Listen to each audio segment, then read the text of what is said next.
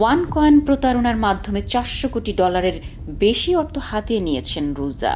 ছোট থেকেই ধনী হওয়ার আকাঙ্ক্ষা, স্মার্ট উচ্চাকাঙ্ক্ষী ও চুপচাপ স্বভাবের রুজার। লাল কালো গাউনে মঞ্চে এলেন রুজা ইগনাতোভা। চারদিকে আলোর রোশনাই, বেজে উঠল আলসেশিয়া কিজের গার্ল অন ফায়ার গানটি। ইগনাতোভাকে ঘিরে লন্ডনের ওয়েমলি অ্যারোনায় সেই গানে সুরে সুর মিলালো উল্লসিত জনতা। সবাইকে ধন্যবাদ জানালেন তিনি।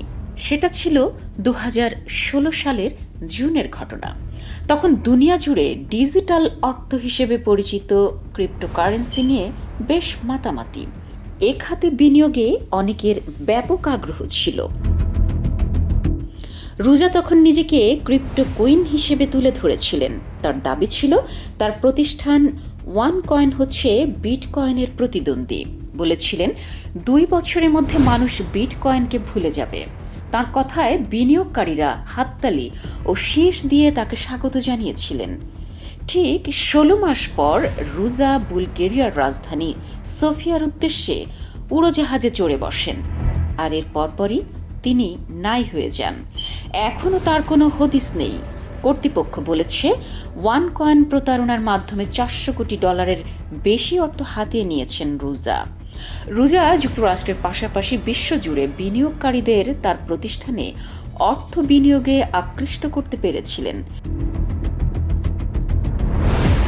ফেডারেল প্রসিকিউটরের ভাষ্যমতে ওয়ান কয়েন এখন পর্যন্ত আন্তর্জাতিক বড় বড় আর্থিক জালিয়াতির মধ্যে অন্যতম। 2017 সালের অক্টোবরে রুজা পালানোর পর থেকে তার ছবি FBI-এর ওয়েবসাইটে ঝুলছে।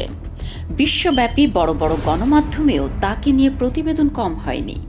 ইউরোপীয় শীর্ষ অপরাধের তালিকায় তার নাম রয়েছে। FBI রুজাকে নিয়ে যে পোস্টার করেছে তার নিচে লেখা রয়েছে রুজা সশস্ত্র পাহারায় অথবা সহযোগীদের নিয়ে চলাফেরা করে থাকতে পারেন। তিনি হয়তো প্লাস্টিক সার্জারি করিয়ে তার চেহারা পাল্টে ফেলেছেন। FBI জানায় অপরাধের দীর্ঘ তালিকা ও ভয়াবহতার উপর ভিত্তি করে অপরাধীর তালিকা তৈরি করা হয়। রুজার বিষয়ে আদালতের নথির বাইরে FBI CNN-কে অতিরিক্ত তথ্য দিতে অপারগতা প্রকাশ করে। রুজা এখন FBI-এর 10 শীর্ষ তালিকাভুক্ত অপরাধীদের একজন এবং একমাত্র নারী। লেখক জেমি বার্লেট তার দ্য মিসিং ক্রিপ্টোকুইন বইয়ে রুজার সাধারণ অবস্থা থেকে শুরু করে উদ্যোক্তা জগতের তারকায় পরিণত হওয়ার বিস্তারিত তুলে ধরেছেন। বার্লেট লিখেছেন, রুজার কিশোর বয়সে তার পরিবার জার্মানিতে চলে আসে। তিনি মেধাবী শিক্ষার্থী ছিলেন। অবসরে তিনি পড়াশোনা করতেন, দাবা খেলতেন। সহপাঠীদের ভাষ্যমতে রুজা স্মার্ট, উচ্চাকাঙ্ক্ষী ও চুপচাপ স্বভাবের ছিলেন। তাকে ধরিয়ে দিতে পারলে $1 লাখ পুরস্কার ঘোষণা করা হয়েছে।